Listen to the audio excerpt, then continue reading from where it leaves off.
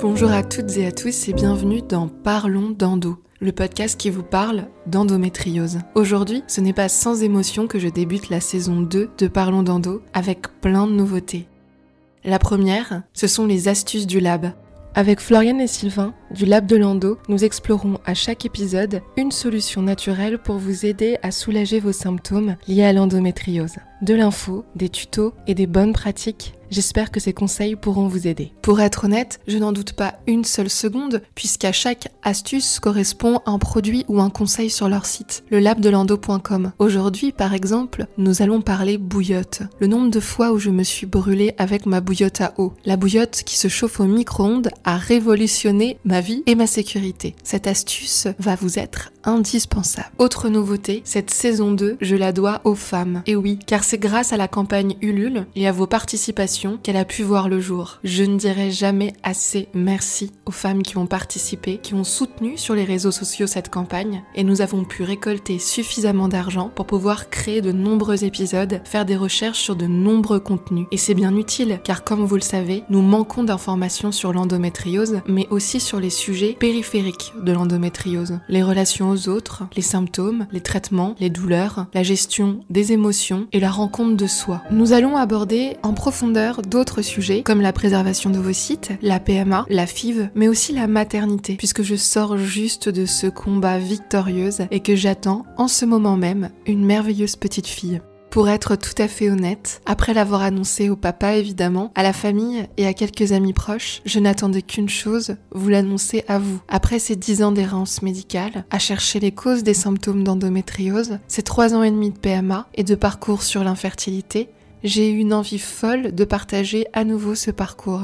Pour ne pas croiser les informations endométriose, PMA et maternité, je préciserai dans chaque titre, chaque thématique d'épisode, s'il s'agit d'un épisode entièrement consacré à l'endométriose ou qui abordera le sujet de la PMA ou de la maternité. Comme ça, pas de confusion, pas de tabou, et chacune pourra trouver les informations qu'elle recherche. J'ai hâte de vous partager tous les contenus, les interviews qui ont eu lieu pour créer cette saison 2 de Parlons d'endo. J'espère qu'elle vous plaira autant que la première saison, puisque aujourd'hui, nous fêtons les 110 000 écoutes pour la saison 1. N'hésitez pas, pour celles qui découvrent le podcast, à aller chercher les thématiques qui vous intéressent dans cette saison, la première saison. Elles sont riches et abordées de manière très complète, dans des épisodes longs avec des professionnels de santé et des femmes courageuses qui ont accepté de se livrer sans tabou. Sans plus attendre, on commence. C'est parti pour la première bulle sonore des astuces du lab avec Sylvain et Floriane. Bonne écoute à toutes. Attention, changement d'ambiance. Avec les astuces du lab, on cherche des solutions, mais surtout, on en trouve. Bonjour, c'est Floriane. Bonjour, c'est Sylvain. Nous sommes les créateurs du Lab de l'Endo. Le Lab de l'Endo, c'est la boutique de solutions engagée pour la santé des femmes et l'endométriose. Dans cette première des astuces du Lab, nous allons aborder un sujet chaud, très très chaud. Naturel, réconfortant et vieux comme le monde, vous l'aurez compris, nous allons donc vous parler de chaleur. Attention, chaud devant. Et alors, pourquoi la chaleur fait diminuer la douleur ? L'application de chaud sur des zones douloureuses génère instantanément une sensation de relaxation et de bien-être. Elle favorise la circulation sanguine en apportant un surplus d'oxygène et de nutriments aux tissus. C'est alors qu'elle provoque un effet de relâchement. C'est la parfaite réponse aux contractions et elle est redoutable pour également solutionner les troubles digestifs. Et du coup, qu'est-ce qui est simple à utiliser pour avoir de la chaleur sur sa douleur ? L'une des solutions les plus connues reste la bouillotte. Ah, cette bouillotte, notre meilleure amie. Mais qui ne l'a jamais trouvée trop encombrante, lourde, pas pratique à remplir ? Traditionnellement remplie avec de l'eau bouillante, il existe aujourd'hui une bouillotte plus pratique, légère, discrète et moins dangereuse. J'utilise la Belliflo. C'est une ceinture bouillotte que l'on peut enfiler autour de sa taille et mettre sous son haut. Ce qui est agréable, c'est qu'elle est chaude en moins d'1 minute et elle m'apporte une solution rapide aux douleurs lombaires et pelviennes. Je l'utilise pour aller au bureau, à mon cours de yoga ou tout simplement pour me déplacer sans me soucier de la faire tomber. Je l'emporte partout avec moi et je vis ma meilleure vie avec. Si cette astuce vous a plu, rendez-vous sur le labdelendo.com.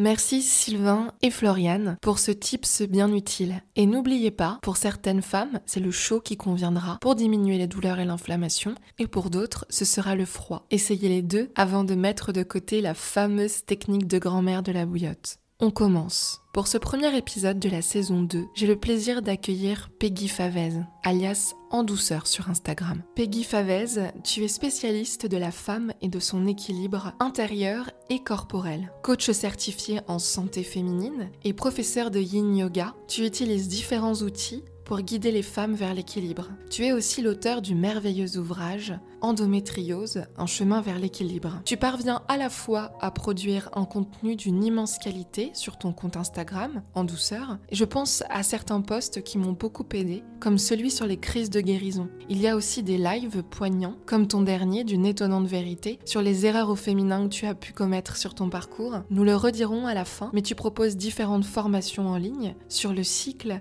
l'équilibre et l'endométriose, et tu donnes aussi des cours de Yin Yoga. Ce que tu proposes aux femmes, faire une pause, explorer l'instant, faire le bilan, être plus sûre de soi dans son féminin et aller mieux pas à pas. Sans plus attendre, je vais ouvrir le bal avec ma première question. Alors pourquoi ce nom En Douceur concernant l'endométriose puis ensuite le cycle féminin ?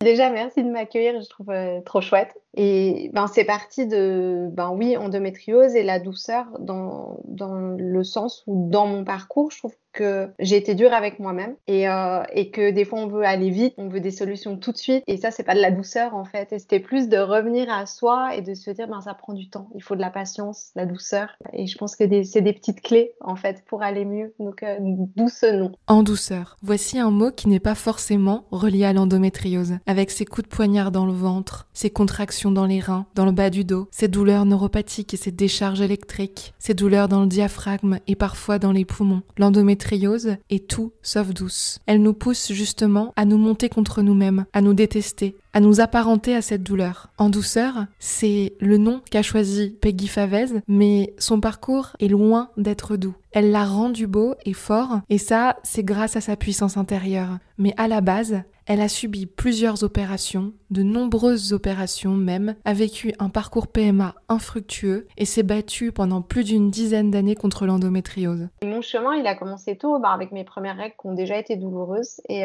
j'avais 11 ans. Déjà, ça a commencé comme ça, beaucoup de douleurs. Une prise de pilule par rapport à des boutons et des douleurs. Quand j'avais à peu près 14-15 ans et qui a pas changé grand-chose en fait. Et j'avais à peu près 21-22 ans et j'ai arrêté la pilule. Et là, j'ai eu beaucoup plus de douleurs et j'étais tombée sur un article sur l'endométriose. Et là, je me suis dit, mais j'ai tous les symptômes. Et j'en ai parlé à ma gynécologue qui m'a dit, mais pas du tout, l'endométriose, c'est une maladie très grave, vous avez juste mal, enfin voilà.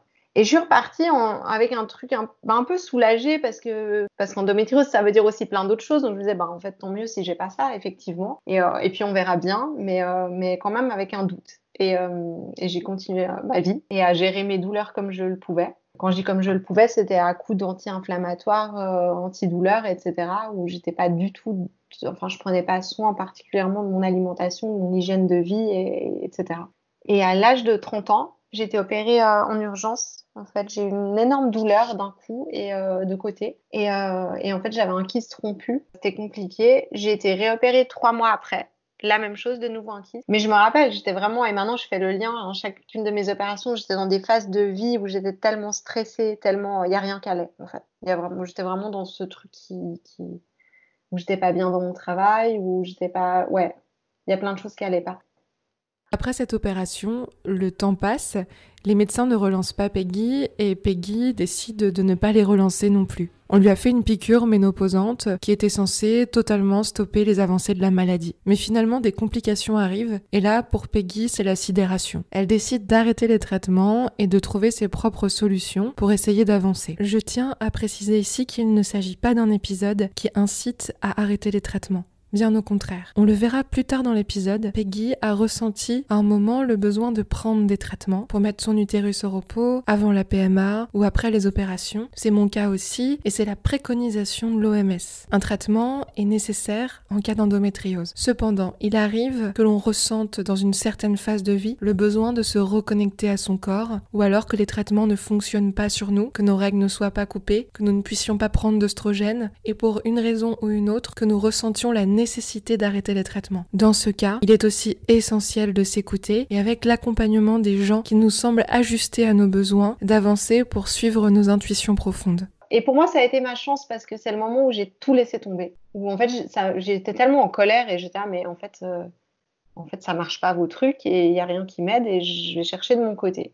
Pendant cette période de pause médicale, Peggy reprend vraiment sa vie en main. Elle change un certain nombre de choses dans son hygiène de vie et elle constate que ça lui fait du bien. Ses règles sont plus régulières, moins douloureuses, la fatigue est moins marquée, les douleurs s'estompent peu à peu. Pourtant, malheureusement, quelques mois plus tard, une douleur étrange survient au niveau de ses poumons. C'est l'endométriose qui est revenue de plus belle. Je commençais à avoir énormément de douleurs, c'était au milieu du dos. Et je comprenais pas ce qui se passait. Et les médecins non plus. Et ils cherchaient, ils disaient, mais pourtant tout va bien après l'opération. Et en creusant plus loin, en fait, j'ai eu une atteinte au niveau d'un poumon. Donc j'ai mon poumon qui s'est infecté. J'ai eu une opération du poumon le même été. C'est un peu, comme je dis, le truc où je comprends pas. J'ai fait tout ça et la déception de, en fait, à quoi bon, quoi. Mais mon Dieu, en fait, qu'est-ce qui se passe et je comprends pas. Et ensuite, ça s'est de nouveau apaisé. Et là, j'ai commencé aussi à faire plus un travail transgénérationnel des lignées familiales, d'aller voir dans la relation de moi avec ma mère, avec les lignées de femmes de ma famille, de mon rapport à la maternité, d'aller creuser aussi plein de choses au niveau émotionnel, la manière dont j'exprimais mes émotions. Enfin, je suis allée aussi beaucoup plus là-dedans. Et j'ai changé de travail aussi. Enfin, voilà, où je me rendais compte qu'il fallait que je baisse mon niveau de stress, que le stress avait un impact énorme aussi sur mes symptômes. Donc voilà, c'était plus que physique, parce qu'avant, je dirais que j'étais plus dans le physique, tu vois,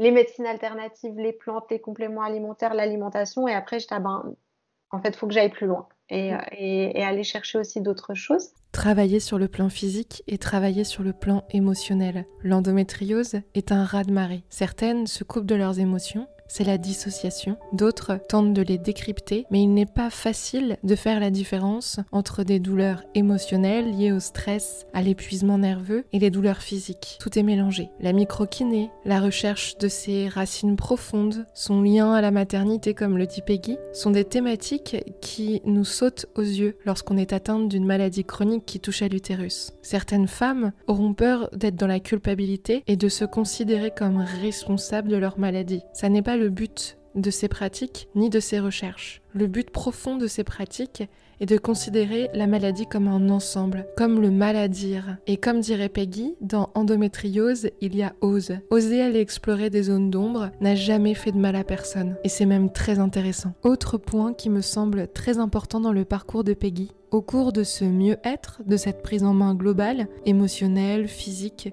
de ce changement de vie, très clairement, Peggy va commencer une PMA. Mais cette PMA se solde par un échec au premier cycle et les médecins lui proposent d'enchaîner sur un deuxième. C'est là que cette limite qu'elle ressent au fond d'elle est atteinte. Non, pour le moment, je ne suis pas prête, ça n'est pas le bon moment. Il se passe quelque chose. Mon rapport à mon utérus, à mon corps, la vision que j'ai de cet endroit est abîmée. J'ai envie de travailler là-dessus. C'est ce qu'elle nous partage très justement. Ça a amené aussi cette réflexion de me dire, en fait, on m'a proposé tout de suite de recommencer. Et là, je me disais, non, mais c'est invasif pour mon corps, c'est trop. Et aussi, j'avais une image qui était complètement hostile de mon corps. Parce que les médecins me disaient, en fait, et l'IRM, et tout est collé, tout est hostile, tout est sombre, tout est... Enfin, voilà, et je me disais, mais comment accueillir un bébé, en fait, dans un utérus que j'imagine comme un champ de mine, en fait. Je suis séparée d'avec mon ex-conjoint de l'époque, donc c'est plus un sujet actuel. Pour moi, c'est ce qui rend cette maladie aussi très compliquée. C'est qu'il y a cet aspect-là aussi. Je ne vais pas dire simplement, parce que tout ce qui est fait l'endométriose n'est pas simple. Mais je me dis, par rapport à d'autres maladies, il y a la douleur, il y a l'inconfort au quotidien, mais il y a aussi cette espèce d'épée de Damoclès au-dessus de la tête de est-ce que je pourrais être maman un jour ? Et est-ce que quand je fais le choix d'arrêter un traitement, de prendre un traitement, quel impact ça va avoir sur ma fertilité ? Est-ce que je prends un risque ? Et c'est un peu ça qu'on nous fait bien sentir chez les médecins quand on dit j'ai envie d'arrêter mes traitements, d'aller vers plus de naturel. C'est puis à votre âge et machin. Donc ouais, ça fait beaucoup de pression quand même. Moi, j'ai la même chose que toi où j'ai fait un chemin qui fait que pour moi, on peut être maman de différentes manières et que je l'accepte aussi. Et pareil, si c'est le cas, c'est trop chouette si ça arrive. Et si ça arrive pas, ça arrivera d'une autre manière. Le parcours PMA soulève énormément de questions. Comment cet endroit qui fait si mal pourrait-il accueillir la vie ? Comment imaginer un enfant se développer dans un endroit meurtri par une maladie souvent incomprise, difficile à diagnostiquer et qui prend des formes tellement complexes. Des questions se soulèvent également sur la parentalité, sur la légitimité. Est-ce que j'ai le droit d'être mère si mon corps ne peut pas l'être naturellement ? Toutes ces questions, que certaines se posent et d'autres ne se posent pas, sont légitimes. De toute façon, en général, à partir du moment où on se pose une question, elle est légitime. Parce qu'on en ressent le besoin, parce que ça touche à notre sensibilité propre.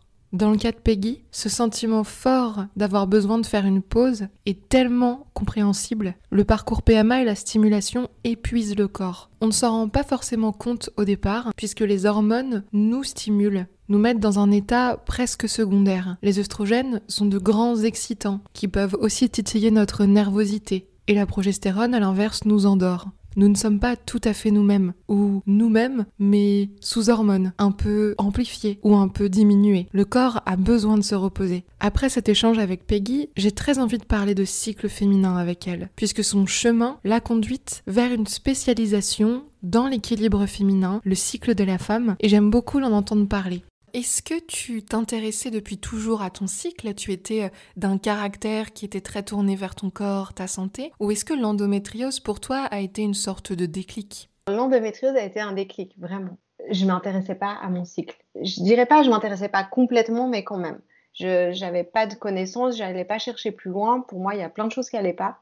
Je comprenais pas pourquoi. Quand je posais des questions, j'avais pas les réponses. Je savais pas où chercher les réponses. Je trouve que maintenant, on a de la chance. Il y a des réseaux sociaux, il y a des podcasts, il y a des vidéos. Enfin, on a quand même beaucoup plus de matière, même des livres, et qui, pour moi, avant, il y avait rien. Donc, c'est par rapport à ça que j'en suis venue à chercher mes petites solutions et à m'intéresser à mon cycle et à me dire, il y a peut-être autre chose, en fait, que juste une maladie et des traitements. Et j'ai envie de me pencher sur mon corps et qu'est-ce qui se passe. Et c'est vrai que nous sommes quand même livrés à nous-mêmes. L'endométriose est un dommage collatéral de la non-information qui est faite aux jeunes filles sur leur corps et son fonctionnement. Les femmes ne savent plus comment comprendre, accéder aux informations. Les réseaux sociaux sont une bonne manière de s'éveiller. Certains médias aujourd'hui participent à l'éveil des femmes, mais l'information reste encore diffuse et ne touche qu'une certaine partie de la population, celle qui est déjà un peu éveillée. Imaginez un monde où, à la puberté, nous aurions notre premier rendez-vous d'éveil sexuel, d'éveil du cycle, d'éveil du corps. Nous pourrions savoir que l'endométriose existe, qu'il existe aussi des déséquilibres hormonaux qui peuvent venir perturber le fonctionnement du corps. Imaginez qu'on nous parle des effets secondaires de la pilule, des douleurs pendant les rapports, du plaisir sexuel, du clitoris, de la poitrine, de la transpiration par exemple, de l'acné, de la qualité de nos cheveux, et qu'on nous donne des signaux pour essayer de lire et de comprendre ce que notre corps essaye de nous dire.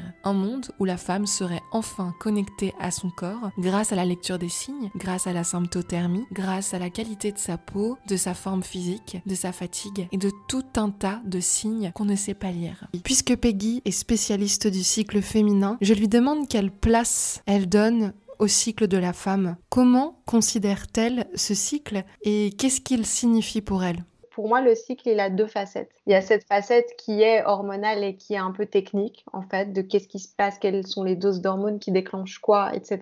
Mais ce qui m'a fait le déclic, c'est de me rendre compte que c'est lié en fait, ces phases, elles sont aussi émotionnelles. Pour moi, ce qui a vraiment fait le lien, c'était ce côté, mais en fait, un cycle, c'est la vie. En fait, la vie est faite de cycles. Les phases de notre cycle correspondent aux saisons. Et en fait, tout d'un coup, tout faisait sens et où je me disais, mais en fait, c'est pas séparé, c'est pas une histoire de mots, de taux d'hormones sur un papier. C'est beau, en fait, et c'est juste la vie et ça a du sens parce que c'est donner la vie. En tant que femme, notre cycle, il est là pour donner la vie. Il est vrai que le cycle féminin est un grand mystère. Et dans les temps anciens, les femmes étaient tantôt ritualisées et honorées et tantôt diabolisées. Femmes sorcières, femmes impures, célébration des premières règles, cérémonies au flambeau, cercles de femmes, les rituels et les superstitions étaient nombreuses. Je garde en tête les rituels de quelques lectures que j'ai pu faire au gré de mon chemin, comme celle de la jeune fille et de la mère qui courent dans un champ un soir de pleine lune, entourées de femmes qu'elles ont choisies, jusqu'au moment où la mère lâche la main de sa fille en lui disant ces quelques mots. Souviens-toi, personne ne peut te donner le pouvoir, il est en toi. Et lorsque tu es né, tu es venue au monde lié à mon corps de mère. Tout comme le cordon ombilical a pu et dû être coupé à ce moment-là pour que tu puisses vivre, de la même façon, cette corde entre nous deux doit être coupée. Mais le lien entre nous ne sera jamais coupé, car c'est un lien du cœur. Et bien que tu sois maintenant une jeune femme, il est bon de savoir que tu as une précieuse petite fille à l'intérieur de toi. Garde ceci comme un symbole de ton enfance et de mon amour pour toi. Je trouve ces phrases fortes et ces rituels, je l'imagine, peuvent porter une enfant et puis la pousser à s'intéresser à son corps et à son instinct naturel de femme. Je repense à un autre rituel, celui des cercles de femmes munis d'un ruban rouge et d'une bougie rouge éteinte. D'un côté, les femmes mûres, dont les règles ont déjà eu lieu, et de l'autre côté, les jeunes femmes, les jeunes filles. La mère demande à l'enfant: es-tu prête à abandonner derrière toi ton enfance en devenant une jeune femme ? La petite, tenant une peluche dans ses bras, lui répond non. La mère intervient alors. Lorsque tu seras prête à te joindre à notre cercle, laisse ton jouet derrière toi. Ferme les yeux, respire profondément, dépose ton jouet par terre et enjambe ce ruban rouge. Rejoins-moi et viens dans mes bras. N'aie pas peur, il y aura toujours cette petite fille à l'intérieur de toi. Je ne vais pas m'étendre davantage sur ce type de contes et je ne sais pas s'ils vous font écho. Moi, je les adore. Je les trouve à la fois extrêmement profonds et simples. C'était important pour moi de souligner qu'aujourd'hui, la symbolique est un peu oubliée. Mais alors, ce cycle, comment fonctionne-t-il ? Le savez-vous ? Je pensais le savoir et j'ai découvert que je n'en connaissais même pas la moitié. Alors avant de laisser la parole à Peggy sur les sujets des phases émotionnelles du cycle, les phases profondes, la phase de la jeune fille, de la mère, de l'enchanteresse et de la sorcière, je voulais vous faire un petit point rapide et scientifique, inspiré de spécialistes avec qui j'ai pu discuter, qui ont répondu à mes questions sur le fonctionnement de notre cycle de manière simple. Car oui, le cycle féminin est multidimensionnel, à la fois physiologique et émotionnel. Et c'est intéressant de comprendre comment les deux se relient pour mieux se comprendre et avancer sur son chemin d'endométriose, de fertilité et tout simplement de femme. Pour faire simple, le cycle menstruel, c'est le terme scientifique qui décrit l'ensemble des phénomènes physiologiques qui préparent chaque mois le corps d'une femme à une grossesse éventuelle. En gros, ce cycle rythme la vie sexuelle des femmes, mais aussi leur vie émotionnelle et hormonale. Et il permet à la femme de produire un ovule tous les mois afin de tomber enceinte. Les changements hormonaux dans le corps, qui sont souvent liés aux hormones sécrétées par le cerveau, induisent la maturation et l'expulsion de cet ovocyte par l'ovaire, ainsi que l'épaississement de la muqueuse de l'utérus. Il se passe tous les mois beaucoup de choses dans notre corps. Par définition, on dit qu'un cycle est compris entre 25 et 36 jours, en moyenne 28, et qu'une femme vivra en moyenne 300 à 400 cycles au cours de sa vie reproductive, avant la ménopause. C'est intéressant de connaître la durée de son cycle ou d'observer ses variations, car c'est un indicateur important de la fertilité de la femme, mais aussi de son bien-être. Connaître la durée des différentes phases permet de savoir à quel moment se protéger ou avoir des rapports si l'on souhaite concevoir. J'ai devant les yeux un dessin qui me fait sourire et en même temps m'éclaire. Ce dessin est simple. Tout commence par une boucle, la boucle représente le cycle, et puis il y a une petite goutte, les règles. Ça c'est la première phase. Les règles sont le début de tout. L'endomètre s'est épaissi pour préparer l'implantation d'un ovule, et si la femme n'est pas enceinte, cet endomètre va se dégrader. Le fait qu'il s'épaississe nous fait le comparer à un nid. Les phases suivantes du cycle vont pouvoir ensuite se dérouler. La deuxième phase, c'est la phase folliculaire. Le taux d'œstrogène est bas au début et il augmente considérablement au cours de cette phase. Elle dure en moyenne 14 jours et elle finit par une pluie d'œstrogène. Pendant ce temps, les follicules ont grossi. Ils augmentent de taille au fur et à mesure, mais il n'y en a qu'un seul qui arrivera à maturation. Cette maturation, c'est le pic de LH, l'hormone lutéinisante. À ce moment-là, il y a le follicule qui écrit « vol petit ovule » et c'est le moment de démarrer la dernière phase, la phase lutéale. On y aperçoit une pluie de progestérone et un ovule, plus content que les autres, qui diminue, jusqu'à disparaître si la femme n'est pas enceinte. Et à nouveau les règles. Un drôle de cycle, aventurier, mais sympathique, qui permet aussi de comprendre que nous sommes des êtres cycliques, et non linéaires, et que ce monde dans lequel nous vivons n'a pas été construit tout à fait sur le cycle naturel de l'être en général. Que ce soit la femme, l'homme, qui connaît aussi des cycles, bien que moins importants, et les animaux, les saisons, la nature. Je vous mettrai en lien un petit article sur les phases de ce cycle, pour que vous puissiez y jeter un œil si cela vous intéresse. Plus on connaît son corps, plus on est doux avec lui. Ceci étant dit, je replonge dans la douceur avec Peggy Favez, et l'interroge sur les phases du cycle de la femme émotionnelle. Alors Peggy, est-ce que tu veux bien nous parler des phases du cycle de la femme ? Oui, les 4 phases qui sont plus à un niveau émotionnel et comme tu dis, même spirituel. C'est une auteure qui s'appelle Miranda Gray qui a écrit un merveilleux livre qui s'appelle Lune Rouge et qui, elle, a abordé ces phases avec ces noms que j'utilise. Et c'est vraiment un livre que je recommande, qui explique tout ça merveilleusement bien, qui met du sens justement à nos cycles en fait et à ce qui peut se passer au niveau émotionnel, mental, de notre énergie. Et moi, ça m'a fascinée. Et j'aime beaucoup aussi, je trouve très poétique ces phases, ces 4 phases. Il y a la phase de la Vierge, la phase de la Mère, la phase de l'Enchantresse et la phase de la Sorcière. Pas d'autres termes, hein. Il y a des personnes qui utilisent la vieille femme pour la sorcière ou la solitaire. Voilà, il peut y avoir d'autres termes aussi. Moi, c'est ceux que j'aime bien, en fait, parce que dans ce que j'ai perçu, déjà en l'expérimentant moi et dans ce que j'ai lu, j'aime bien. Ça a du sens et en fait c'est drôle parce que ça a du sens au terme émotionnel et spirituel, mais aussi physique. Parce que finalement ça suit le process de ce qui se passe dans notre corps. Et par exemple, la phase de la Vierge, c'est après les règles et c'est un peu jeune fille en fleurs en fait. Elle est aussi appelée la phase de la jeune fille. Et c'est ce moment où tu vas te sentir plus légère, tu as ton énergie qui remonte, tu vas être plus joyeuse, tu vas avoir envie de papillonner. En fait, moi j'aime bien imaginer la petite robe à fleurs et je sors avec mon petit panier et je souris à tout le monde, je virevolte et je commence à séduire un petit peu. Tu vois, j'entre dans ce truc avec les autres un petit peu de jeu. Pour arriver ensuite à la phase de la mère où la séduction, elle s'intensifie. Et ce qui est logique parce qu'en fait, c'est lié à l'ovulation qui arrive. Donc, quand tu te dis d'être dans cette énergie-là, c'est aussi, en même temps, il y a un côté animal. On n'est pas du tout dans un projet de bébé, etc. Mais c'est dans nos cycles et c'est dans notre corps. On est humain, on est humaine et on a quand même été conçu pour procréer. Donc c'est le but du cycle. Donc on est là-dedans. C'est un petit peu ce truc, voilà. Je me fais jolie, voilà, tout est beaucoup plus facile émotionnellement, relationnellement avec les autres. Et la phase de la mère, elle va accentuer ça en fait. Ça arrive à l'ovulation, un peu après l'ovulation, où c'est une phase qui varie quand même dans les jours, suivant les femmes, mais où le côté relationnel, il va s'intensifier. Ça va être vraiment une phase où on va être beaucoup plus à l'aise dans le lien, on va être beaucoup plus dans l'écoute des autres, on va beaucoup plus... ça va être plus facile pour nous de recevoir, de donner. Et du coup, c'est hyper intéressant parce que là aussi, c'est la mère en fait, et c'est échanger, écouter, être présente pour les autres, etc.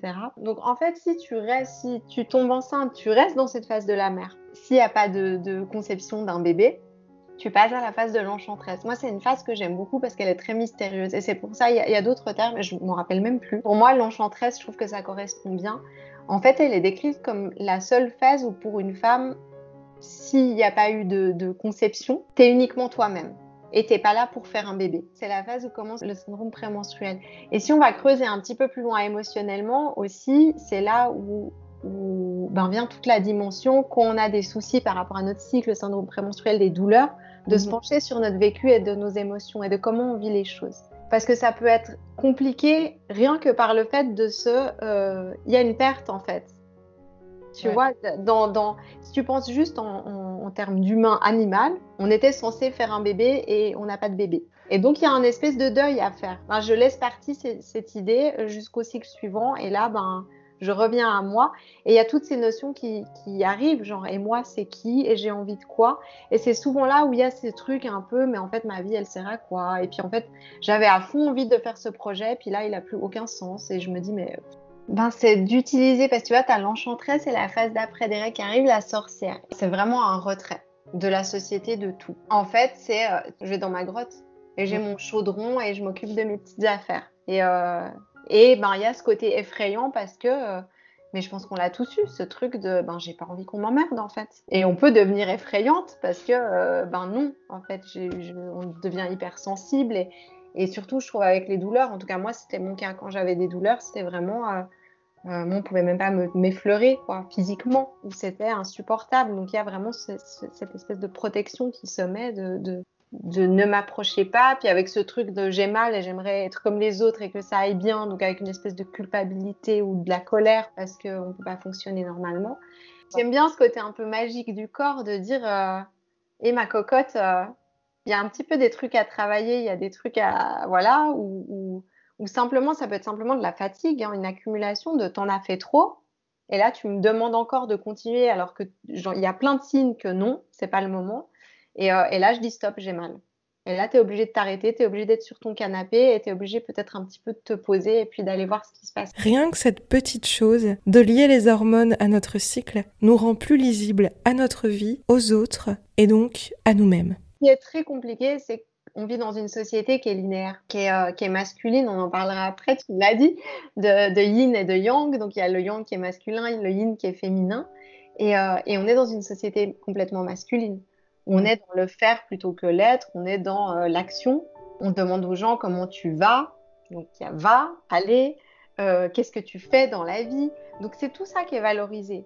Et alors que finalement, on tourne en rond en allant un peu plus loin, mais voilà. Et c'est juste d'accepter que on va pas d'un point A à un point B et on fait des détours et on se balade et c'est chouette aussi. Et ça revient, tu vois, parce qu'on disait, la société, elle commence un petit peu à bouger, mais il y a des choses. C'est l'équipe de foot américaine, féminine, où l'entraîneur utilise les cycles féminins. Donc déjà, en tant que femme, c'est génial de savoir ça parce que tu peux être plus efficace dans ce que tu fais et plus en accord avec toi et ton énergie. Et puis, rien que si tu penses au niveau entreprise, au niveau justement sportif, ce monsieur, je trouvais génial. Et j'en suis même pas à planifier en fonction de ça. Quoique pour certaines choses, oui. Je suis plus attentive à ça. Où je vais être là, mais oui, mais en fait, je suis dans cette phase-là, donc là, ça sert à rien de forcer. Tu vois, quand tu es dans cette phase de la mère, j'ai envie de donner, j'ai envie de rassembler les gens, famille, tu vois, tout ce truc un peu comme ça. C'est typiquement la phase où tu vas prendre ton téléphone, tu vas envoyer des messages aux gens et tu vas dire, j'ai trop envie, je prends un exemple bateau, mais j'ai envie de réunir tous mes amis d'enfance. Mais en général, le temps que tu organises et tout, peut-être ton truc, ça va être dans 15 jours. Et là, tu auras tes règles et tu seras là, mais j'ai envie de voir personne, pourquoi j'ai fait ça? Mais il y a aussi à aller rencontrer ça. Plus on est dans le phase, je prends plein de médicaments pour oublier mon corps, et moi j'étais tellement longtemps là-dedans à dissocier complètement, et plus finalement il y a de douleurs parce que le corps, c'est pas pour rien qu'il y a eu des douleurs et qui se rappellent à nous. Est-ce que tu penses que l'endométriose nous coupe de notre cycle? Oui, parce que là on entre facilement dans quelque chose qui s'appelle la dissociation. C'est qu'en fait on se coupe de nos sensations. Donc la douleur est là, mais on est beaucoup. Moi, je le suis encore et je fais beaucoup de travail sur mon corps pour rester dans mon corps. Mais souvent, on se coupe complètement de nos sensations. Donc la douleur est là, on la sent bien sûr et elle est présente, mais on a tendance à ne pas être dans notre corps parce qu'il est douloureux et parce qu'on ne le perçoit que comme douloureux. On a aussi tendance à ne même pas ressentir des plaisirs et ce qui nous fait du bien parce qu'on est dans la peur de la douleur. Et ça, j'en parle pas mal quand j'accompagne des femmes et par rapport aux rapports sexuels ou des choses comme ça, que dans éviter la douleur. Et moi, j'aime bien changer un petit peu ce focus en disant, mais pourquoi ne pas se concentrer dans un rapport sexuel sur mais qu'est-ce qui fait du bien, plutôt que d'aller dire on évite ça parce que ça fait mal. C'est en fait moi j'aime ça et ça c'est agréable pour moi, donc on fait ça. Et habituer un petit peu notre cerveau et notre corps à refonctionner ensemble et à retrouver du plaisir en fait et du bien-être, et ne pas être que dans la douleur tout le temps. Et je trouve, et dans plein de moments, c'est de se dire à quel moment là j'ai passé 1 heure à boire un thé avec une copine et en fait à discuter, et en fait là j'ai pas eu mal. Des fois, on a ce discours, j'ai tout le temps mal. Pendant 3 semaines, 2 semaines ces 2 semaines, j'ai tout le temps mal. Et en fait, non, là, pendant 1 heure, j'ai pas eu mal. Et c'est juste, c'est pas pour être dans le déni des douleurs, mais c'est juste pour s'habituer aussi à repérer qu'il y a des moments, notre corps, il n'est pas que douleur, et à juste arriver à l'observer et à l'écouter. Et à reprendre contact, parce que souvent on coupe justement ce contact-là. Merci Peggy de nous éveiller à ces thématiques du cycle et des archétypes féminins. Pour continuer cet épisode, j'aimerais que tu nous parles un peu des crises de guérison. C'est un terme qui m'a marqué dans ton parcours. Déjà parce que tu parles de guérison, alors que c'est un mot un peu interdit. On nous dit souvent, on ne guérit pas de l'endométriose. Pourtant, toi, tu n'as plus de symptômes et tu as toujours tes règles et tu considères que tu es guérie. Peut-être jusqu'à la prochaine fois, entre guillemets, mais ça n'est pas le problème. Tu ne veux pas ancrer dans ton corps l'idée que tu n'es pas guérie, que la maladie est toujours présente. C'est ta manière d'avancer. Alors comment définirais-tu ces crises de guérison? Pourquoi guérir ça fait mal? Souvent en fait, moi j'avais cette image-là de, je sais pas si tu l'as aussi, ou pour moi j'ai l'impression d'avancer sur un rail et de me cogner la tête à un mur. Et d'être en mode, ma vie c'est ça, et j'ai mal, et c'est compliqué, et je sais pas quoi faire. Et on me donne aucune solution, et je continue à avancer dans ce même truc, et ça marche pas. Cette espèce de moment où tu vis pas en fait. De rentrer dans une phase de guérison, ça fait du mal dans le sens où on fait des choix, il y a des changements, voilà, on applique des changements dans notre vie. Et ça peut être compliqué à gérer rien que pour soi, parce que c'est pas évident de changer des habitudes ou de changer des manières de penser ou de voir la vie.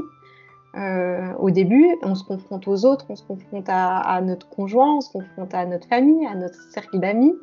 Et c'est pas forcément de la confrontation quand je dis on se confronte, mais on change. Donc autour de nous, c'est pas forcément perçu de manière facile. Ça peut, hein, bien sûr, mais de toute manière, ça amène des ajustements, etc. Et moi, je suis hyper reconnaissante du chemin de guérison que j'ai, parce que pour moi, c'est un chemin qui ne finit pas finalement. Mais on perd des gens en route, il y a des échecs, il y a des... pour moi, c'est pas linéaire, on teste aussi des choses, il y a des choses qui marchent, des choses qui marchent pas. Donc, comme tu le disais, ça peut être de se dire, et moi, ça m'est arrivé, de me dire, waouh, en fait, ça marche quand je mange comme ça, quand si, j'ai fait ça, j'ai été voir tel praticien, je me sens vachement mieux, j'arrête un traitement et bam, un mois après, opération. Et là, moi, je me rappelle, j'ai eu des moments de colère super intense, mais en fait, je fais tout. J'ai changé plein de choses dans ma vie, genre, je me fais chier à tout changer, à dépenser des fortunes pour différents praticiens, pour manger bio, pour etc. Et en fait, c'est retour à la case départ. Et c'est dans ce sens-là que la guérison, elle peut faire plus mal, parce qu'on se dit, enfin, on sort de ce truc où on avait un peu cette visière et on regardait pas trop, et on dit, je commence à comprendre des choses. Pour moi, c'est un chemin qui est très beau, mais ça peut être compliqué. Et je sais pas toi, moi je l'ai eu ce truc des fois mais en fait il y a des gens qui sont hyper insouciants et ça va bien. Enfin moi j'ai des copines qui mangent mal, qui font des boulots qui sont pas forcément satisfaisants, qui se posent pas plus de questions dans leur vie. Leur mec ça va pas super bien, mais bon ils ont fait 2 bébés, 3 bébés, machin, ils ont acheté leur maison. Tu vois un peu tout et voilà, et tu dis mais en fait pourquoi moi je me prends la tête à aller creuser, à aller chercher à droite à gauche pour comprendre les choses, pour être dans ce chemin de guérison, alors que d'autres, ils en ont pas besoin du tout. La guérison, elle fait mal, je veux dire aussi pour d'autres femmes qui peuvent tomber sur un compte Instagram comme le mien et se dire moi j'ai souvent eu des échos, mais comment tu peux dire que tu guéris en fait, c'est une maladie. Mon chirurgien m'a dit on guérit jamais, tu peux pas dire ça. Enfin, tu vois, des choses comme ça. Et ce mot, il fait mal aussi. Parce qu'il y a des femmes qui l'utilisent et on n'est pas censé l'utiliser. On nous a bien dit que non. Et il y a aussi ce mal-être de si j'y arrive pas, c'est que je fais moi quelque chose de mal, alors que non. Mais il y a un peu cette culpabilité de en fait, moi, j'y arrive pas et c'est que je fais pas les bons changements, j'ai pas l'énergie nécessaire, j'aimerais. Alors, pour moi, c'est pas ça, en fait. On appelle aussi ces crises de guérison crises curatives. Après les expulsions des toxines, il peut y avoir certains symptômes et des réactions très désagréables. L'organisme est alors en état de crise qui vise à sauver le corps en le nettoyant. En clair, lorsque les organes émonctoires se nettoient, lorsqu'ils sont sollicités pour pouvoir évacuer les déchets du corps, cela peut venir perturber l'organisme. Et je trouve que c'est intéressant de voir la guérison comme quelque chose qui n'est pas linéaire.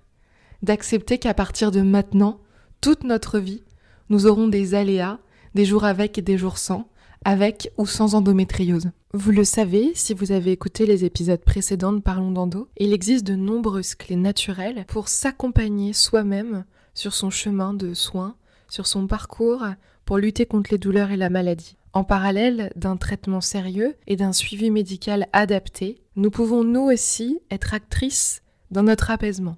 Peggy a évidemment éveillé ma curiosité. Quelles sont ses clés à elle ? Aurait-elle quelques conseils pour nous aider à équilibrer notre parcours de soins ? Je lui demande donc de nous donner quelques exemples des clés qu'elle met en pratique dans son parcours d'accompagnement des femmes atteintes d'endométriose. Donc pour moi, l'alimentation est super importante, la qualité aussi et j'aime bien, c'est drôle de dire ça, la qualité de quoi on se nourrit, mais après, ça va au-delà de l'alimentation, ça va dans nos relations, dans nos lectures, des informations qu'on prend autour de nous. Donc c'est vraiment, mais qu'est-ce que je fais entrer dans ma vie ? Qu'est-ce que je fais entrer dans mon corps ?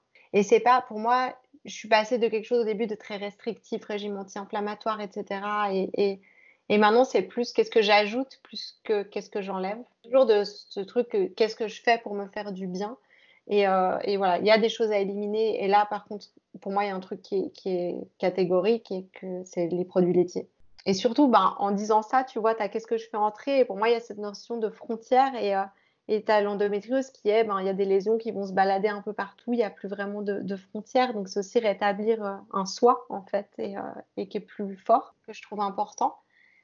Après, il y a vraiment un travail à faire au niveau du système nerveux et du stress. Donc, le système nerveux, c'est le système nerveux central qui est notre gestionnaire du stress, des peurs et du stress. Et là, c'est super important de faire un gros travail par rapport à ça. Et ça peut être long, mais c'est vraiment autant au niveau physique de soutenir le système nerveux, mais aussi au niveau de baisser toutes les situations de stress sur lesquelles on a un impact autour de nous. Parce que le stress est inflammatoire? Est inflammatoire et peut provoquer encore plus de douleurs. Parce que le système nerveux, plus il est sensible, plus il va réagir aux douleurs physiques. Et ce qui se passe avec les douleurs et avec l'endométriose, c'est que finalement, tu sais, tu peux avoir ce truc où au final, tu sais même plus où tu as mal, tu sais même plus si c'est digestif, si c'est ton utérus, tellement c'est des douleurs diffuses de partout et ça, c'est vraiment aussi le système nerveux qui est surchargé, qui réagit, qui est hypersensible à tout. Parce qu'il y a tous les signaux d'alarme qui se mettent en route. Aïe, il y a un pincement et c'est genre, oh mon Dieu, grosse crise, alors qu'il n'y a pas forcément lieu d'être. Donc plus on apaise le système nerveux aussi, plus on agit sur la douleur, plus on agit sur la qualité du sommeil. Et c'est tout, c'est un peu le serpent qui se mord la queue, tout ça, tu vois. Donc ouais, donc ça c'est super important. Autre chose qui est super importante, c'est pour moi tout ce qui est système d'élimination, donc principalement le foie, de soutenir le foie parce qu'il draine les hormones, enfin c'est notre station d'épuration et souvent il est engorgé en cas d'endométriose avec trop d'œstrogènes à traiter et plus tout le reste, les traitements, etc.